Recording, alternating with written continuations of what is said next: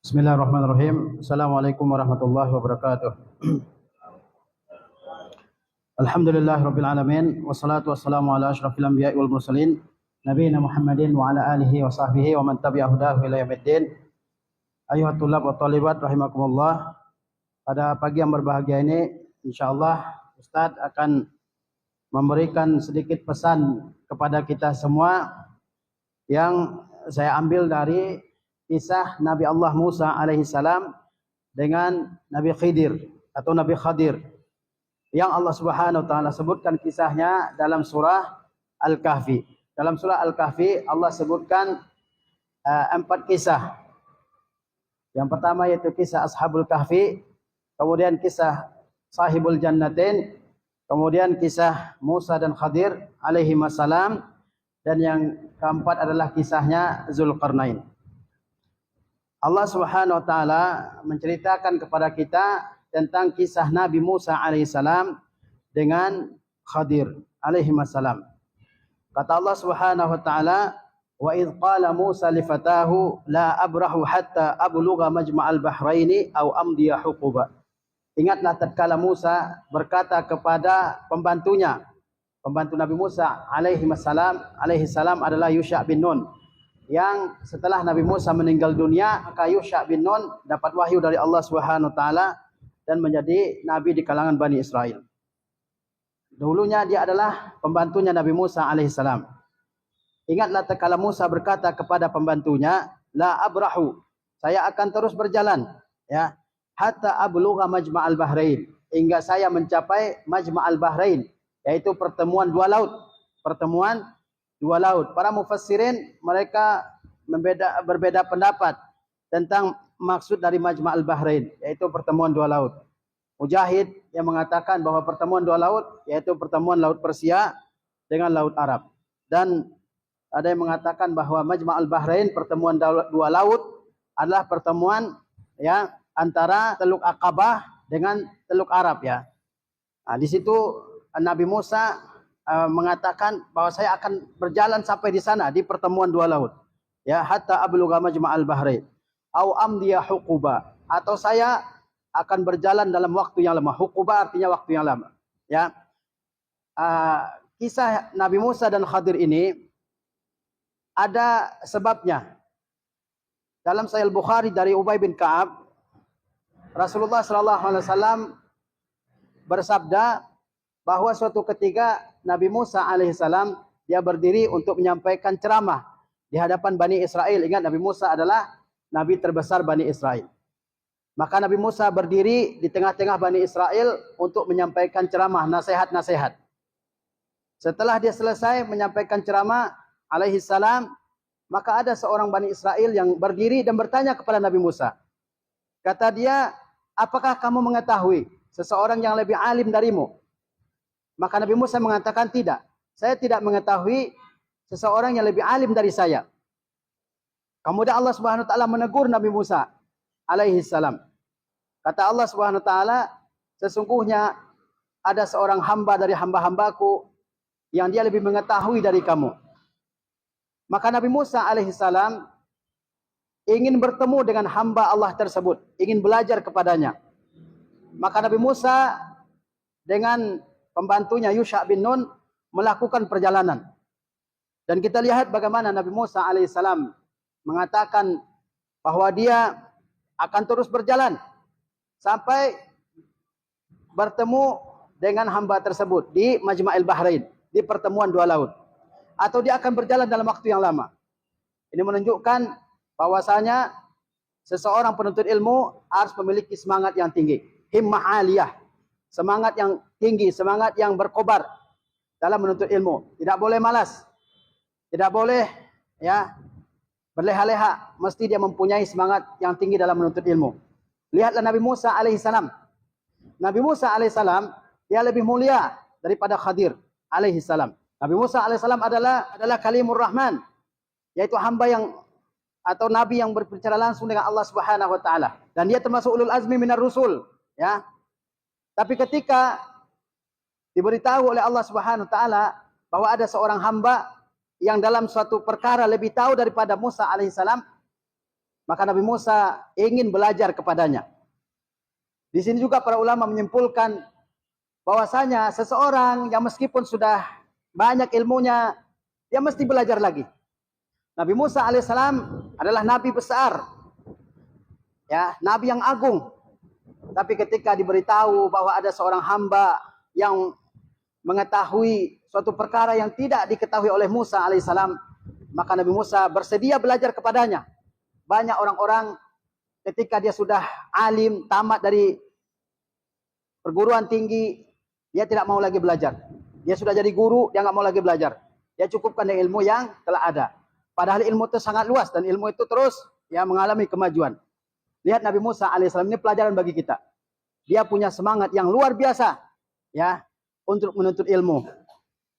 Kemudian walaupun dia sudah punya kedudukan yang tinggi, makana aliyah azimah, dia tetap mau belajar. Jangan merasa sudah alim. Jangan merasa sudah pintar, saya sudah tahu, enggak perlu lagi belajar. Kalla. Ya, lihat Nabi Musa alaihissalam. Ya, Nabi Allah yang mulia, yang berbicara langsung dengan Allah Subhanahu wa taala, tapi dia tetap mau belajar. Ya, sebagaimana Imam Ahmad rahimahullah mengatakan, sampai kapan wahai imam engkau menuntut ilmu? Kata Imam Ahmad, ma'al mahbarati ilal maqbarah. Saya akan bawa tinta ini sampai ke kuburan. Maksudnya dia akan belajar sepanjang hidupnya. Ya, at-ta'allumu madal hayah, belajar sepanjang kehidupan. Jangan merasa cukup dengan ilmu yang sudah kita punya. Wa iz qala Musa li fatahu la abrahu hatta abluga majma'al bahrain au amdiya huquba. Dan dalam perjalanan Nabi Musa alaihi salam menuntut ilmu, Nabi Musa tidak sendirian. Ya. Dia ditemani oleh pembantunya Yusha ibn Nun. Begitu juga dalam menuntut ilmu ini. Para ulama mengistimbatkan dari sini bahwasanya seseorang kalau dia sendirian, mungkin suatu ketika dia mengalami futur, mengalami ya kemalasan dalam menuntut ilmu. Tidak ada semangatnya lagi. Tetapi kalau ada temannya, rafiqud darb, ya, ada temannya dalam perjalanan menuntut ilmu, ada yang menyemangatinya. Ya, mesti ada teman. Sehingga ya ada yang menyemangati kita. Ada tempat kita berbagi informasi, ada tempat kita bertanya, ada semangat untuk saling ya mendukung satu sama lain, ada gairah untuk mendukung satu dengan yang lain. Kemudian kata Allah selanjutnya, falamma balagha majma'a bainihima nasiya hutahuma. Tatkala keduanya Musa alaihissalam dan Yusha bin Nun sampai ke pertemuan dua laut, nasiya hutahuma, maka keduanya lupa akan ikan yang dibawa.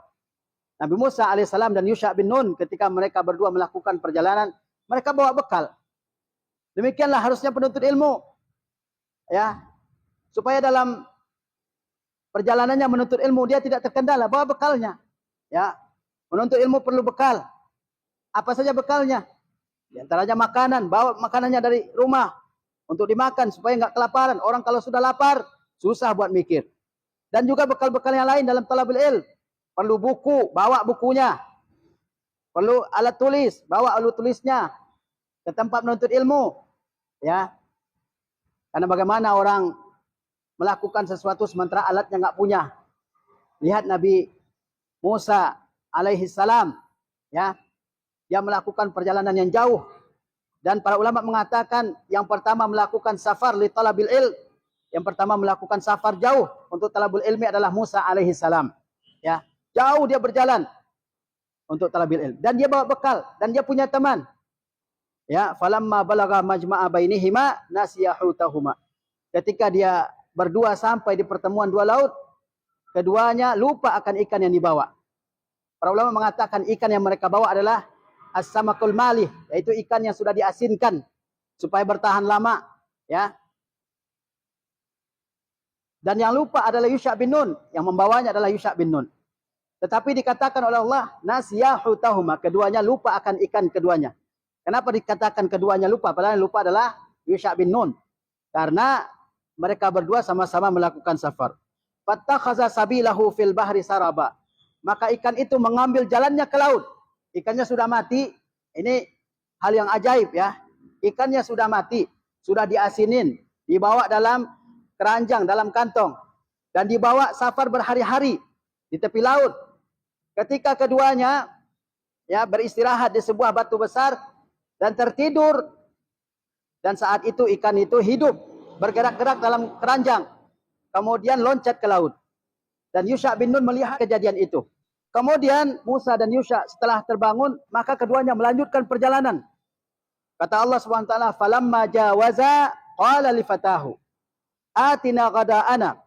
Ketika keduanya sudah melakukan perjalanan yang panjang, dalam Sahih Bukhari dikatakan sehari semalam, maka Musa alaihissalam merasa lapar. Dia mengatakan, "Atina ghada'ana." Hadirkan makan siang kita. Ghada dalam bahasa Arab artinya, kalau kita mengatakan makan siang. Tapi orang Arab tidak mengenal makan pagi. Ghada artinya makan pagi. Fatur tidak dikenal oleh orang Arab zaman dulu. Ya. Ghada artinya makan pagi. Maka Nabi Musa mengatakan, hadirkan ke hadapan kita makan pagi kita. Dalam tafsir, dalam kitab-kitab tafsir terjemahan banyak dikatakan ghada itu makan siang artinya. Tapi dalam bahasa Arab ghada itu artinya makan pagi. Ya. Ta'amu awalin nahar. Makan di awal siang ya. Maka Nabi Musa mengatakan setelah dia melakukan perjalanan yang lama sehari semalam, dia pun lapar, maka beliau mengatakan atina ghada'ana, hadirkan makan siang kita ya, atau makan di awal siang kita. Di sini para ulama menyimpulkan betapa tawadhu'nya Nabi Musa alaihi salam, seorang nabi yang besar, tapi dia mengatakan ghada'ana ya, makan kita berdua, padahal tidak setara antara Musa dengan Yusha bin Nun. Tapi lihatlah tawadhu'nya ya. Seorang penuntut ilmu mesti tawadhu. Jangan menyombongkan diri dengan ilmu yang sudah kita punya. Betapa banyak yang tidak kita ketahui dan betapa sedikit yang sudah kita ketahui. Lihat Nabi Allah Musa alaihissalam, dia begitu tawadhu ya kepada yang membantunya. Kemudian kata beliau, laqad laqina min safarina hadza nasaba. Sungguh kita sudah merasakan keletihan yang sangat berat dalam perjalanan ini. Berarti dia berjalan dalam waktu yang sangat lama. Sehingga dia mengatakan laqad laqina min safarina hadza nasaba. Kita sudah merasa, nasab dalam bahasa Arab artinya ta'ab, yaitu keletihan, ya. Itu sudah mengalami keletihan yang sangat dalam perjalanan kita ini. Berarti dia sudah melakukan perjalanan yang jauh. Dalam talabul ilmu mesti ada nasab, yaitu keletihan, capek, itu biasa. Yang lebih mulia dari kita saja, Musa alaihissalam, dia merasakan capek dalam menuntut ilmu. Ya, dia merasakan keletihan yang sangat dalam talabul ilm. Itu hal yang biasa. Ya, suatu aturan yang sudah biasa bagi penuntut ilmu untuk merasakan capek. Ya, dan ulama mengatakan Nabi Musa di sini dia tidak sedang memprotes takdir Allah. Ya, dia tidak sedang mengeluh, tapi dia hanya ikhbar an halihi, hanya mengabarkan keadaannya yang sudah capek melakukan perjalanan yang jauh. Jadi Nabi Musa minta dihadirkan makan ya kepada pembantunya Yusha bin Nun. Karena sudah mengalami keletihan yang sangat berat dalam perjalanan. Tapi kata Yusha bin Nun, qala ara'aita iz awaina ila sakhra. Ya, dia mengatakan yaitu bagaimana ya pendapat engkau ketika ketika kita beristirahat di sebuah batu besar. Fa ini nasitul hud. Di sana saya lupa ikan yang kita bawa. Keduanya beristirahat di sebuah batu besar, ya, dan di sana Yusha bin Nun lupa akan ikan yang dibawa. Wa ma ansanihu illa syaitan, dan tidak ada yang membuat saya lupa kecuali syaitan, katanya. An azkura, untuk mengingatnya. Wattakhadha sabilahu fil bahri ajaba, dan ikan itu ya berjalan dengan ajaibnya ke laut. Bagaimana tidak ajaib? Sudah mati, ya. Sudah kering, sudah digarami, sudah dibawa berhari-hari, dia hidup kembali. Siapa yang menghidupkan? Allah Subhanahu wa taala. Allah Maha mampu untuk menghidupkan makhluk yang sudah mati.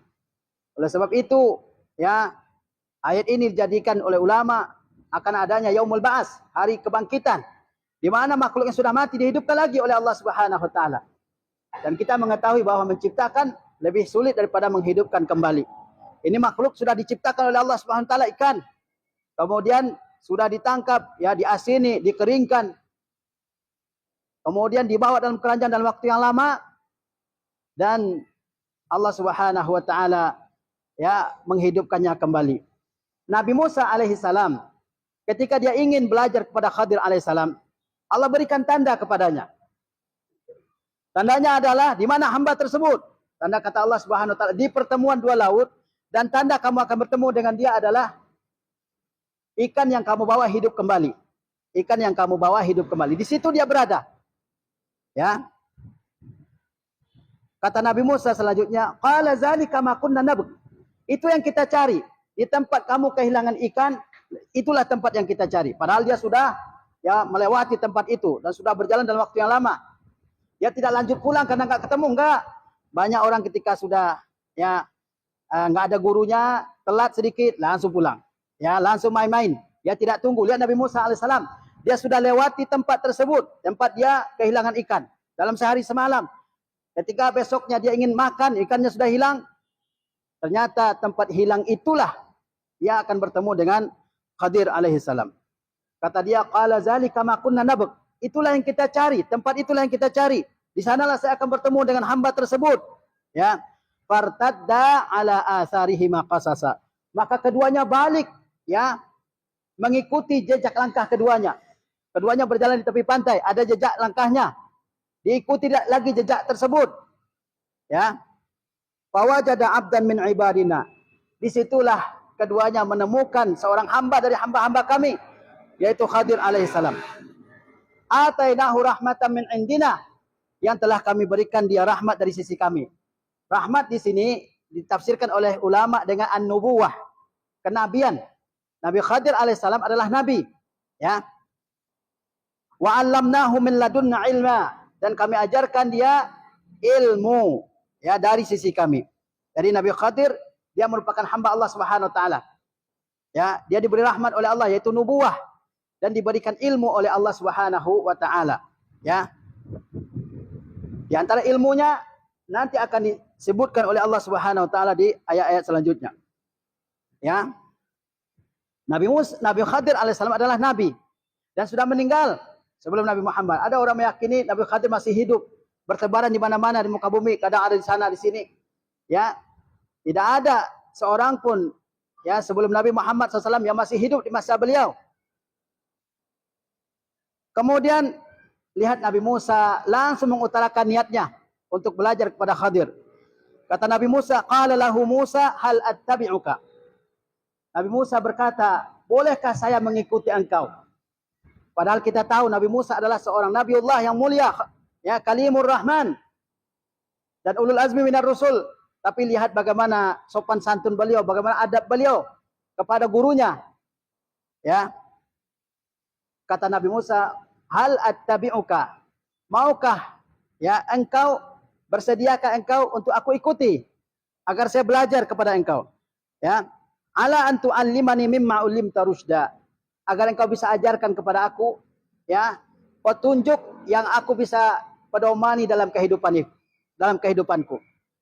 Dia, ya, berbicara dengan Nabi Khadir alaihissalam dengan penuh adab, dengan penuh sopan. Ya. Terkadang murid kurang perhatikan tata cara berbicara dengan gurunya. Ya. Lihat Nabi Musa alaihissalam ini pelajaran bagi kita. Bagaimana dia istizan, meminta izin kepada gurunya. Hal attabi'uka, maukah aku mengikuti engkau, bersediakah engkau jika aku mengikuti engkau, ala antu alimani, jika dengan syarat engkau mengajarkan kepadaku. Ya. Apa yang diajarkan? Rusda, yaitu ilmu yang menjadi petunjuk. Terkadang orang belajar, entah apa yang dipelajari. Ya. Kadang yang dipelajari ilmu-ilmu yang tidak bermanfaat dalam kehidupannya. Pengetahuannya luas tentang musik, tentang nyanyi, tentang artis, tentang film yang tidak ada manfaat dalam kehidupannya. Tidak manfaat di dunianya dan di akhiratnya. Tapi lihat Nabi Musa alaihissalam, ya kan? Dia meminta izin kepada Nabi Khadir untuk apa? Untuk mempelajari ilmu yang bisa jadi pedomannya dalam kehidupannya, yang bisa jadi arahan bagi dia dalam kehidupannya. Ya, demikianlah kita. Umur kita nggak banyak, waktu kita nggak banyak, sehingga kita harus fokus belajar hal-hal yang penting dalam kehidupan kita ini. Kata Nabi Khadir alaihissalam, ya, qala innaka lan tastati'a ma'iya sabra. Kamu enggak akan sanggup bersabar ya bersamaku. Kamu tidak akan sanggup bersabar. Berarti dalam talabul ilmi harus apa? Harus punya kesabaran. Sabar dalam memahami pelajaran. Sabar dengan lamanya kita duduk di kelas. Sabar dengan ilmu yang belum kita pahami. Harus demikian. Ya. Sabar dalam menghafal. Sekali, 2 kali, mungkin 30 kali. Belum juga hafal, sabar. Seorang alim mengatakan, bimanil tal'il. Dengan apa yang kau peroleh ilmu? Dia orang alim besar. Lalu ditanya, dengan apa yang kau peroleh ilmu? Kenapa ilmu begitu banyak? Dia mengatakan apa? Saya memperoleh ilmu ini bil misbahi wal julusi ila sabah. Saya memperoleh ilmu dengan menyalakan lampu malam hari. Saya enggak tidur, ya. Saya pergunakan waktu malam saya untuk ya menuntut ilmu. Saya nyalakan lampu kemudian saya membaca sampai pagi. Dia bagi malamnya tidak tidur semua, ya. Dari malam sampai pagi dia tidak tidur semua. Tapi dia bagi. Ya, di antaranya adalah untuk menuntut ilmu. Lihat Nabi Musa alaihissalam, dia ingin menuntut ilmu kepada Khadir. Kata Nabi Khadir alaihissalam, ya innaka lan tastati'a ma iya sabra. Kamu enggak akan sanggup bersabar dengan saya. Wa kaifa tasbiru ala ma lam tuhit bihi khubra. Bagaimana kamu bisa bersabar dengan ilmu yang tidak kamu ketahui secara penuh? Ya. Qala satajiduni insyaallahu sabira. Kata Musa alaihissalam, engkau akan dapati aku sebagai orang yang bersabar. Mesti bersabar dalam talabil ilm. Sabar. Ya. Ini adalah ibadah kepada Allah Subhanahu wa taala. Mesti bersabar. Nabi Musa saja, Nabi Allah yang mulia, harus bersabar dalam talabul ilm. Ya. Kata dia mengatakan, satajiduni insyaallahu sabira. Kamu akan dapati aku sebagai hamba Allah yang bersabar. Ya. Dia mengatakan insyaallah. Ya. Jika Allah berkehendak. Karena tidak ada yang bisa membuat kita bersabar kecuali Allah Subhanahu wa taala. Wala a'silaka amra. Saya tidak akan menentang perintahmu. Ya. Seorang murid yang ingin belajar dengan gurunya, arahan-arahan gurunya, nasihat-nasihat gurunya adalah nasihat-nasihat yang baik. Maka hendaklah dia kerjakan nasihat tersebut. Jangan diabaikan. Ya. Kemudian kata Khidir, qala fa in ittaba'tani fala tas'alni an syai'in hatta uhdisa laka minhu zikra. Jika kamu mengikuti aku, maka jangan tanya apa yang aku lakukan sebelum aku beritahukan kepada engkau. Ya. Nabi Khidir mengatakan dia akan melakukan hal-hal yang ya luar biasa yang membuat Nabi Musa bertanya. Maka Nabi Khidir ingatkan di awal. Ya, kata Nabi Khidir, kalau kamu ikuti aku, maka jangan tanyakan sesuatu yang aku lakukan sebelum aku yang langsung memberitahukan kepadamu. Ya. Fantalaqa hatta iza raqiba fis safinah kharaqaha. Inilah hal pertama yang ya luar biasa, di luar kebiasaan yang dilakukan oleh Khadir alaihissalam. Maka setelah keduanya bersepakat ya untuk melakukan safar dalam talabul ilm, maka keduanya berangkat. Kata Allah, fantalaqa, keduanya berangkat. Hatta iza raqiba fis safinah kharaqaha. Ketika keduanya sudah selesai ya menaiki sebuah kapal, maka Nabi Khadir alaihissalam melubangi kapal tersebut. Dalam Sahih Bukhari dikatakan, keduanya ya menaiki kapal yang ya mereka naiki tanpa upah sama sekali, digratiskan oleh pemilik kapal tersebut. Ya, maka keduanya naik kapal itu. Kenapa digratiskan? Karena pemilik kapal itu mengetahui Khadir, dia orang sana. Maka dia berjalan di laut dan setelah sampai ya, kemudian dia melubangi kapal tersebut. Dikatakan dia ambil kapak, dilepas salah satu papan kapal tersebut. Maka di situ Nabi Musa mulai protes.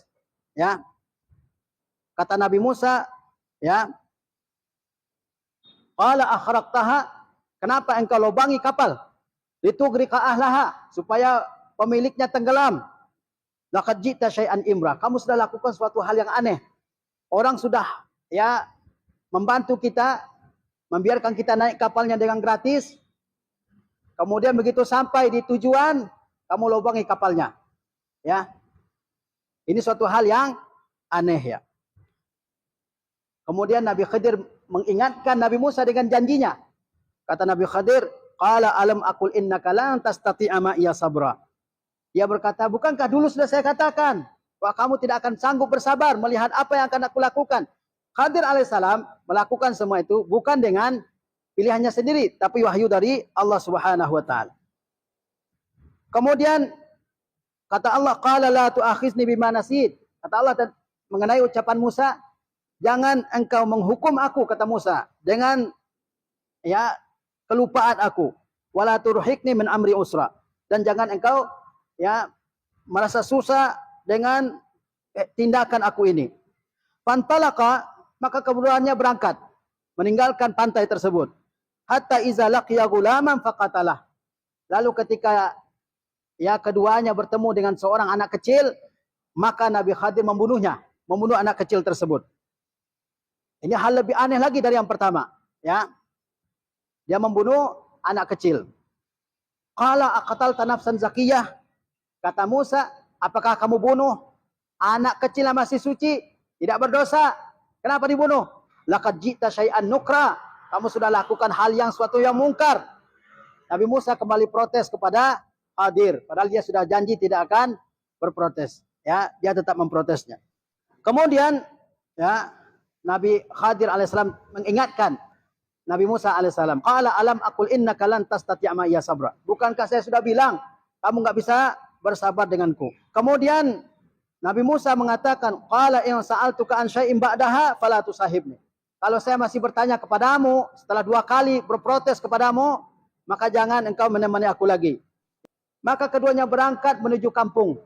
Fantalaka hatta iza ataya ahla qaryatin istat'ama ahlaha. Keduanya Musa dan Khadir berangkat menuju suatu kampung. Ketika mereka berdua sampai ke kampung tersebut, mereka merasa lapar dan minta diundang untuk makan oleh penduduk kampung tersebut. Fa'abau ayyudayyifuhuma. Namun penduduk kampung itu orang-orang yang pelit, yang tidak mau ya menjamu Nabi Musa dan Nabi Khadir. Lalu di sana Nabi Musa alaihissalam dan Nabi Khadir menemukan dinding yang sudah hampir roboh. Ya. Nabi Khadir kemudian menegakkan kembali dinding tersebut. Kata Musa alaihissalam, qala law syi'ta lattakhazta alaihi ajra. Kalau kamu mau, kamu bisa minta upah supaya kita bisa makan. Dia berangkat ya ke suatu kampung berdua ini, bahkan bertiga dengan Yusha bin Nun, dan di kampung tersebut mereka meminta makan. Di sini para ulama menyimpulkan bahwa kalau memang dalam keadaan darurat, ya harus meminta kepada orang makanan misalnya, maka silakan. Tapi kalau darurat, kalau tidak darurat, maka hendaknya kita tidak meminta-minta. Dia jangan minta makanan temannya, dia juga butuh. Tapi kalau memang perlu, sangat perlu, silahkan ya. Tapi penduduk kampung tersebut tidak mau menjamu mereka berdua ini atau bertiga ini, ya. Tapi di situ ada apa? Ada dinding yang sudah hampir rubuh. Maka Nabi Khadir menegakkannya kembali sempurna, ya. Kemudian Nabi Khadir alaihissalam memberitahukan kepada Musa alaihissalam tentang 3 perbuatan yang dilakukan. Dia mengatakan, qala haza firaqu baini wa bainik. Inilah perpisahan antara aku dengan kamu. Sa'unabbiuka bi ta'wili ma lam tastati' alaihi sabra. Saya akan jelaskan kepadamu ya ta'wil atau penafsiran terhadap perkara-perkara yang saya lakukan. Ya. Adapun kapal yang ditumpangi oleh Musa dan Khadir kemudian dilobangi oleh Khadir alaihissalam, maka itu adalah milik orang-orang miskin yang mereka bekerja sebagai nelayan di laut. Dan di hadapan mereka ada raja yang sangat zalim, yang merampas semua kapal nelayan yang masih bagus. Maka Nabi Khadir melobangi kapal tersebut agar tidak dicuri oleh raja yang zalim di hadapan mereka. Di sini para ulama membuat kesimpulan bahwasanya jika ada 2 kerusakan ya yang mesti dilakukan, maka dilihat mana yang lebih ringan ya kerusakannya, itu yang dilakukan. Lihat di sini, ada 2 kerusakan yang akan terjadi, dirampas kapal tersebut oleh raja atau dirusak kemudian bisa diperbaiki lagi. Yang lebih ringan adalah dirusak kemudian bisa diperbaiki lagi. Kemudian adapun anak yang dibunuh oleh Khadir alaihissalam, maka dia menjelaskan kepada Musa, itu adalah seorang anak yang nantinya akan jadi durhaka dan orang tuanya akan mengikuti dia, dan Allah Subhanahu wa taala akan ganti bagi kedua orang tua mukmin tersebut seorang anak yang lebih berbakti kepada kedua orang tuanya. Tentu tidak dibunuh, Kalau kita zaman sekarang ini nggak boleh bunuh orang sembarangan. Kita nggak ada wahyu dari Allah Subhanahu Wa Taala. Ya. Kemudian adapun dinding yang ditegakkan oleh Khadir alaihi salam, ternyata di bawah dinding tersebut ada harta kekayaan yang begitu banyak. Milik 2 orang anak yatim di kota tersebut. Dan orang tuanya adalah orang yang saleh. Sehingga Tuhan jaga harta bendanya. Itulah ya takwil terhadap perkara-perkara yang Nabi Musa tidak bisa bersabar ketika melihatnya. Dan Khadir mengatakan, wa ma fa'altuhu an amri. Dan saya tidak melakukannya dengan pilihan saya sendiri. Dengan tindakan dari diri saya sendiri. Inisiatif sendiri. Tidak. Tapi itu adalah wahyu dari Allah Subhanahu wa Ta'ala. Kita lihat bagaimana ya orang tua yang soleh pasti kesalehannya berdampak terhadap anak-anaknya. Lihat ya, orang tuanya soleh, dia meninggalkan harta benda kekayaan bagi anaknya. Di bawah dinding, dia kuburkan di situ. Dan dindingnya udah mau rubuh. Tapi kemudian datang Khadir, dia tegakkan lagi dinding tersebut sehingga tidak tersingkap harta kekayaan yang tersimpan di bawahnya emas dan perak. Ya. Di sini para ulama mengatakan bahwa orang tua yang saleh dampak kesalehannya juga terhadap anak-anaknya. Maka kita berupaya jadi anak-anak yang soleh.